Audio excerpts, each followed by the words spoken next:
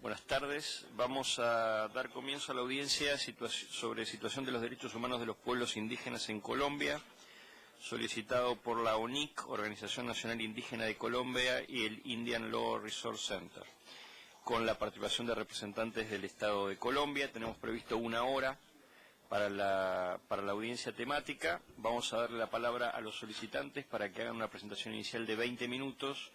Luego tendría 20 minutos el Estado colombiano y luego una ronda de preguntas o comentarios de la Comisión. Sin más, entonces le damos la palabra a los solicitantes.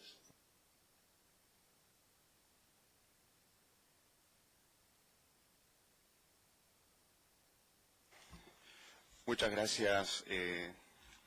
Quiero agradecer a la Comisión Interamericana por el espacio concedido para esta audiencia. Yo soy Leonardo Cripa, soy abogado de Indian Law Resource Center, la oficina de Washington, D.C.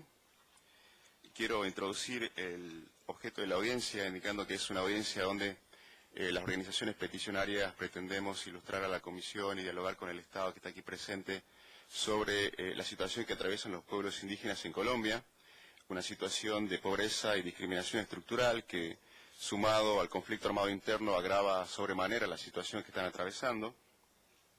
En este sentido, quiero mencionar también que los pueblos indígenas en Colombia están en una situación que no es normal, como la están en los restantes países de la región, por una sencilla razón. Están siendo afectados por un conflicto del cual no son parte. Ellos siempre han tenido una posición neutral en el marco del conflicto armado interno, y esto ha generado una situación que ha ido violando derechos fundamentales de los pueblos indígenas. Esto llama poderosamente la atención por dos razones.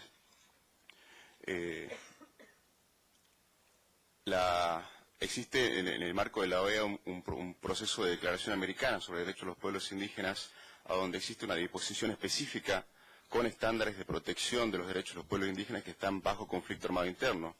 Una disposición de esta naturaleza no existe en la Declaración de Naciones Unidas sobre Derechos de los Pueblos Indígenas, y las organizaciones aquí peticionarias tenemos mucho temor con respecto a la posición que pueda tener el gobierno de Colombia con respecto a la eventual adopción de una Declaración Americana sobre Derechos de los Pueblos Indígenas, sabida consideración de su posición adoptada el 13 de septiembre de 2007, cuando la Asamblea General de Naciones Unidas adoptó la Declaración de Naciones Unidas sobre Derechos de los Pueblos Indígenas, y el Estado de Colombia, junto con el Estado de Canadá y Estados Unidos, fueron los 3 únicos países en la región que no votaron a favor de la adopción de tal instrumento.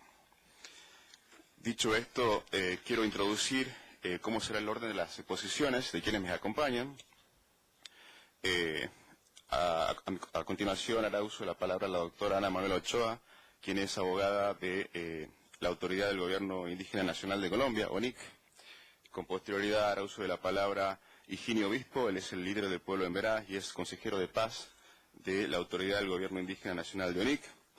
Juan Edgardo Paí es un líder del pueblo Aguá y es el encargado del programa de organización y territorio de UNIPA. UNIPA es la unidad indígena del pueblo Aguá. La doctora Ana Manuela hará referencia a un contexto general por la que atraviesan los pueblos indígenas en Colombia. El señor Higinio Obispo hará referencia y será un testimonio vivo de lo que vivió el pueblo de Emberá. Lo mismo será objeto de alusión por Juan Edgardo Paí en el marco del pueblo Aguá.